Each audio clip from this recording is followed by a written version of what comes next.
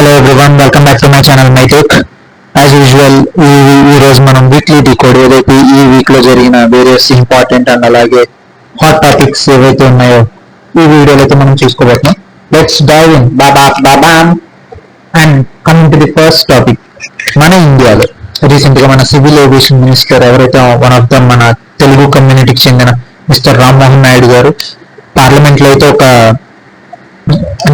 Scheme లేక ఒక process అయితే ఆయన అనౌన్స్ చేశారు. దాని ద్వారా ఏంటంటే మన ఇండియాలో ఏదైతే ఏరోప్లేన్స్ ఇప్పటిదాకా ప్రపంచం మొత్తం మీద ఎక్కడైనా ఏరోప్లేన్స్ మీరు ఏ ఎయిర్లైన్స్ అని ఇండిగో, స్పైస్ జెట్ లేదా లుఫ్తాన్సా లేకపోతే American Delta whatever it may be, మీరు ప్రపంచంలో ఏ మూలకి వెళ్ళినా ఎక్కడికి వెళ్ళినా కూడా మీరు ఏరోప్లేన్ ఎక్కుతున్నారంటే whether they are like two companies ఇచ్చిందండి, whether it is Airbus లేదా బోయింగ్.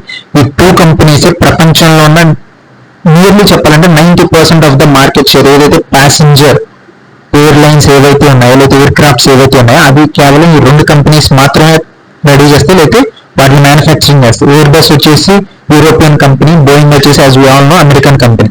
బట్ ఈ యొక్క డిపెండెన్స్ ఏదైతే ఉందో అంటే మన ఇండియన్ కంపెనీస్, మన ఇండియన్ మార్కెట్ ఏదైతే ఉందో వాళ్ళకి ఉన్న నెసెసిటీకి లేదా వాళ్ళకున్న డిమాండ్కి ఈ రెండు కంపెనీస్ వాటిని కేటర్ చేయలేకపోతున్నాయి. మోర్ ఓవర్ ఈ యొక్క ఇండస్ట్రీ ఏదైతే ఉందో ఎయిర్లైన్ ఇండస్ట్రీ లేదా airline manufacturing air craft manufacturing industry ఏదైతే ఉందో దానిలో హ్యూజ్ జాబ్స్ అండ్ అలాగే రీసెర్చ్ అండ్ డెవలప్మెంట్ చేస్తే మనకి ఫ్యూచర్ లో వచ్చే వాటికి చాలా యూజ్ అవుతుంది. సో మన ఇండియాలో ఒక స్పెషల్ పర్పస్ వెహికల్ పెట్టి ఈ యొక్క ఎయిర్ క్రాఫ్ట్స్ మ్యానుఫ్యాక్చరింగ్ అయితే చేయాలని చెప్పారు. బట్ టు బి ఫ్రాంక్ నన్ను కనుక అడిగితే మనం ఇది చాలా అంటే ఇంకా మేబీ ఒక 3-4 years అయితే ఒక 5 years ముందే చేసి ఉండాలి. ఎందుకంటే మీకు చూపించినట్టు నేను ఎయిర్ బస్, బోయింగ్ జస్ట్ 2 మాత్రమే ఈ ప్రపంచంలో ఎయిర్ క్రాఫ్ట్స్ ని మ్యానుఫ్యాక్చరింగ్ చేస్తాయి.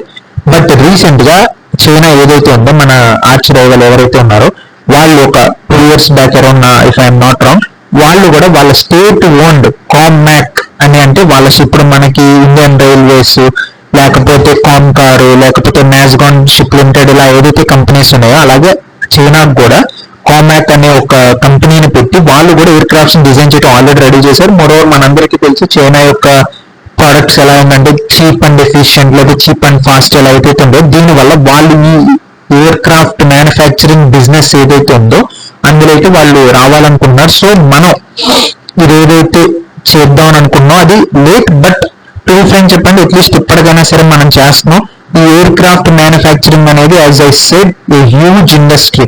ఎందుకంటే ఎయిర్ క్రాఫ్ట్ మ్యానుఫ్యాక్చరింగే కాదు ఆ తర్వాత మళ్ళీ మెయింటెనెన్స్, రిపేర్, ఓవర్హాల్ అని ఎంఆర్ఓ ఫెసిలిటీస్ అని ఉంటాయి. దానిలో ప్రపంచం మొత్తం మీద టెక్నీషియన్స్ కానీ లేదా అవి చేసే కంపెనీస్ కానీ చాలా షార్టేజ్ ఉంది.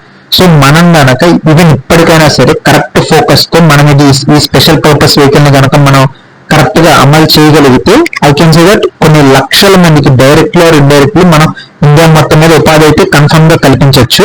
And that's the first news. And second వచ్చేసరికి మనందరికీ తెలుసు మన ఇండియా ఏదైతే మన ఇండియన్ ఎయిర్ ఫోర్స్ కి ఎయిర్ క్రాఫ్ట్స్ కొరత లేకపోతే వాళ్ళకి కావాల్సిన మోడర్నైజేషన్ ఏదైతే అవ్వాలనుకుంటున్నామో మనం రీసెంట్ గా అమెరికన్ F-35 కానీ లేదా రష్యన్ Su-57 కానీ మన ఇండియన్ ఎయిర్ ఫోర్స్ కి కొనాలని అనుకుంటున్నాం.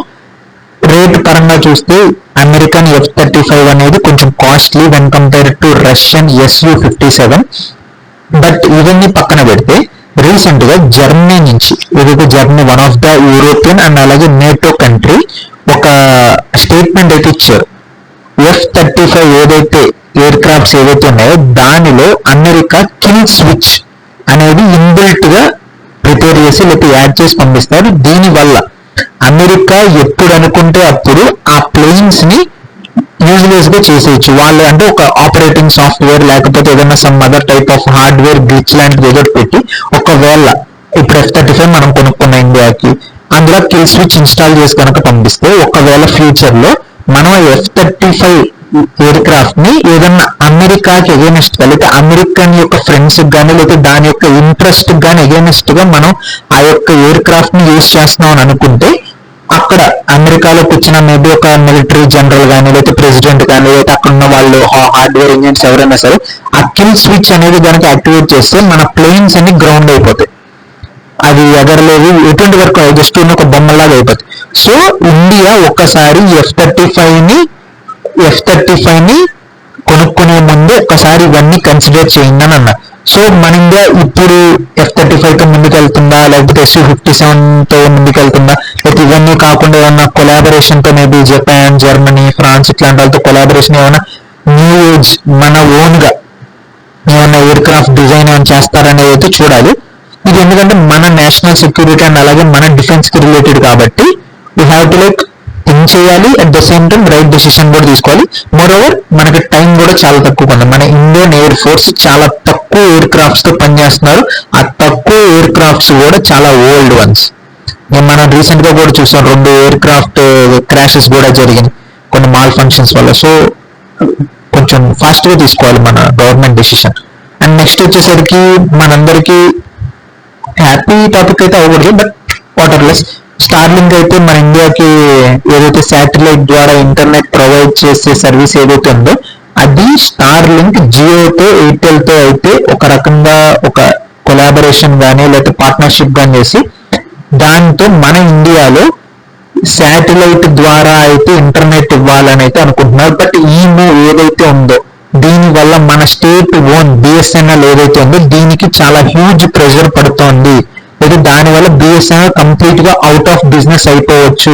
అయితే దీని వల్ల స్టార్లింక్ కి మన ఇండియా మీద లేకపోతే మన ఇండియా యొక్క డొమెస్టిక్ ఇంపార్టెంట్ ఇండస్ట్రీస్ మీద అంటే టెలికామ్ ఇట్లాంటి ఒక హైలీ ఇంపార్టెంట్ సెక్టర్స్ మీద స్టార్లింక్ ఇన్ సమ్ సెన్స్ చెప్పాలంటే ట్రంప్ యొక్క ఎలాన్ మస్క్ ఎవరైనా ప్రపంచంలో సంపన్నవంతుల్లో ఫస్ట్ లో ఉన్న ఆయన అండ్ అలాగే వేరియస్ కంపెనీస్ ఫౌండర్, ఆయనకి సింగిల్ సైడెడ్ అడ్వాంటేజ్ వస్తుంది. సో ఇలా స్టార్లింక్ కి పర్మిషన్ ఇవ్వటం కరెక్ట్ కాదని అయితే చెప్పారు. బట్ టు బి ఫ్రాంక్ చెప్పాలంటే ఈ యొక్క పర్మిషన్ అనేది అఫీషియల్ గా బయటకు రాలా, బట్ సోర్సెస్ వాళ్ళు చెప్తున్నారు. అండ్ మోస్ట్లీ సోర్సెస్ దాకా వచ్చిందంటే 90% అది కన్ఫర్మ్ అయిపోయిందని అనుకోవాలి. సో లెట్స్ సీ స్టార్లింక్ యొక్క ఎంట్రీ మన ఇండియాలో నిజంగా ఈ యొక్క కమ్యూనికేషన్ రిలేటెడ్ ఏదైతే కొండ ప్రాంతాల్లో లేకపోతే ట్రైబల్ ఏరియాస్ లో లేకపోతే కొంచెం డిజర్ట్ ఏరియాస్ లో ఏదైతే ఇంకా అక్కడ కూడా జనావాసం ఉంది కానీ బట్ ఈ కంపెనీస్ ఏదైతే జియో, ఎయిర్టెల్ లేకపోతే ఇంకా సమ్ అదర్ ప్రైవేట్ ఏవైతే ఉన్నాయో అవి అక్కడ దాకా వెళ్ళి సర్వీసెస్ ఇవి, ఎందుకంటే అక్కడ ప్రాఫిటబిలిటీ వాళ్ళకి కనిపించదు కాబట్టి ఈ శాటిలైట్ ఇంటర్నెట్ ద్వారా అన్నా సరే ఆ మారుమూల ప్రాంతాల వాళ్ళకి ఏమన్నా మంచి జరుగుద్దామో అయితే మనం చూడాలి. అట్ ద సేమ్ టైం వీళ్ళు ఏదైతే చెప్తున్నారో బిఎస్ఎన్ఎల్ అవుట్ ఆఫ్ బిజినెస్ అవుతుందని అది అవ్వకూడదని కూడా కోరుకోవాలి. అండ్ కమింగ్ నెక్స్ట్ వచ్చేసరికి మన ఇండియన్ రైల్వేస్ వచ్చేసరికి ఒక న్యూ అండ్ అలాగే మనందరినీ 100% ఇంపాక్ట్ చేసి ఒక న్యూ ఆలోచన లేకపోతే ఒక రూల్ అయితే ఇచ్చారు. ఇప్పటి నుంచి మీ దగ్గర కన్ఫర్మ్ టికెట్స్ ఉంటే మాత్రమే మీకు అట్లీస్ట్ ప్లాట్ఫామ్ మీదకైనా సరే ఎంట్రీ ఉంటుందని అయితే చెప్పారు. ఇది పైలట్ ప్రాజెక్ట్ కింద ఒక 60 స్టేషన్స్ అయితే ఆల్రెడీ అమలు చేస్తున్నారు లేదా అమలు చేయబోతున్నారు. దీన్ని బట్టి ఏంటంటే ఏదైతే రీసెంట్ గా మనకి కుంభమేళాలో స్టాంపీడ్ జరిగినాయి, తొక్కిసలాట ఇట్లాంటి జరిగినాయి, దీనివల్ల అంటే జనాలు ఓన్లీ ట్రైన్ ఎక్కే జనాలు మాత్రమే ప్లాట్ఫామ్ మీదకి రావాలి. ఈ దింపటానికో లేకపోతే సాగనంపటానికో వచ్చే వాళ్ళు వస్తాం వల్ల క్రౌడ్ మేనేజ్మెంట్ అవ్వట్లేదు. సో కన్ఫర్మ్ టికెట్స్ ఉన్న వాళ్ళు మాత్రమే రైల్వే స్టేషన్ ప్లాట్ఫామ్ లోకి రావాలని అయితే ఒక న్యూ రూల్ అయితే తీసుకొచ్చారు. పైలట్ ప్రాజెక్ట్ కింద ఒక 60 స్టేషన్స్ అయితే దీన్ని అమలు చేయబోతున్నారు. బట్ ప్లాట్ఫామ్ టికెట్ దాని గురించి ఏం డెసిషన్స్ తీసుకుంటారు, అప్పుడు క్రౌడ్ కంట్రోల్ ఏంటి, లేకపోతే తక్కువలో బుక్ చేసుకున్న వాళ్ళకి ఏంటి, వీటి మీద ఇంకా కంప్లీట్ గైడ్ లైన్స్ కానీ కంప్లీట్ వాళ్ళు జస్టిఫికేషన్ కానీ ఇవ్వలేదు. So let's see. బట్ ఇదేంటంటే ఒక huge thing. But to be frank చెప్పంటే క్రౌడ్ కంట్రోల్ అనేది కూడా ఇంపార్టెంట్. ఎందుకంటే మనం రీసెంట్ గా కుంభమేళాలో చూసిన దాన్ని బట్టి ఇట్లాంటి చిన్న చిన్న ఇనిషియేటివ్స్ అండ్ అలాగే కొంచెం బెటర్ ఇనిషియేటివ్స్ కూడా మనకు కావాలి.